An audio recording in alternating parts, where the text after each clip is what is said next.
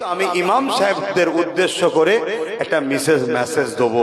সেই মেসেজ হচ্ছে এটাই, প্রতিটা গ্রামে মানুষ এই এসআইআর কে নিয়ে এমন ভাবে বাজার গরম করেছে, একদল এ বলছে আর একদল এ বলছে, এতে সাধারণ খেটে খাওয়া মানুষ, দিনমজুরি মানুষ, গরিব শ্রেণীর মানুষ, লেবার শ্রেণীর মানুষ, গ্রাম্য এলাকার মানুষ একটু বড় আতঙ্কের মধ্যে পড়ে যাচ্ছে। তবে আমি বলবো, আতঙ্ক হয়ে নিজের জীবনের ক্ষতি করে ফেলবেন না, ঘাবড়াবার কিছু নেই।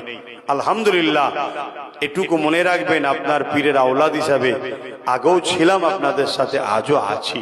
তবে ইমাম সাহেবকে বলবো, এই যে এসআইআর এর ফর্ম দিচ্ছে, এই ফর্ম অনেক হয়তো ঠিকভাবে ফিল আপ করতে পারবে না, ভুল করে ফেলবে।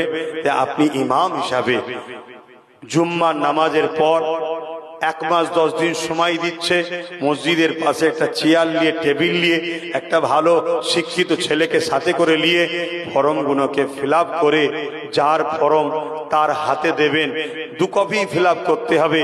এসআইআর এর যে বিএলআরও অফিসার আসবে, তার একটা ফটো তুলবেন, তার কি বলে নাম, অ্যাড্রেস, ফোন নাম্বার রাখবেন, এবং তার হাতে যখন দেবেন, দিবার আগে বলবেন, আপনি প্রথমে স্টাম্প মারেন, সই করেন।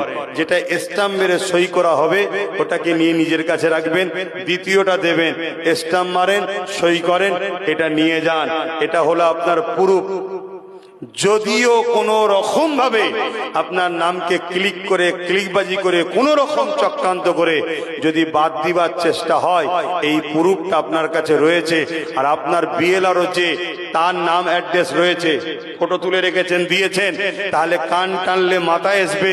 আমি কথা দিয়ে যাচ্ছি, আমার ভাই নওশাদ সে আইনের একজন সদস্য হয়েছে, তার দ্বারা দিয়ে আপনাদের জন্য কেস লড়বো, দরকার হয় সুপ্রিম কোর্ট যেতে হয়, যাব, ঘাবড়াবেন না, কিন্তু এই প্রুফটুকু রাখবেন।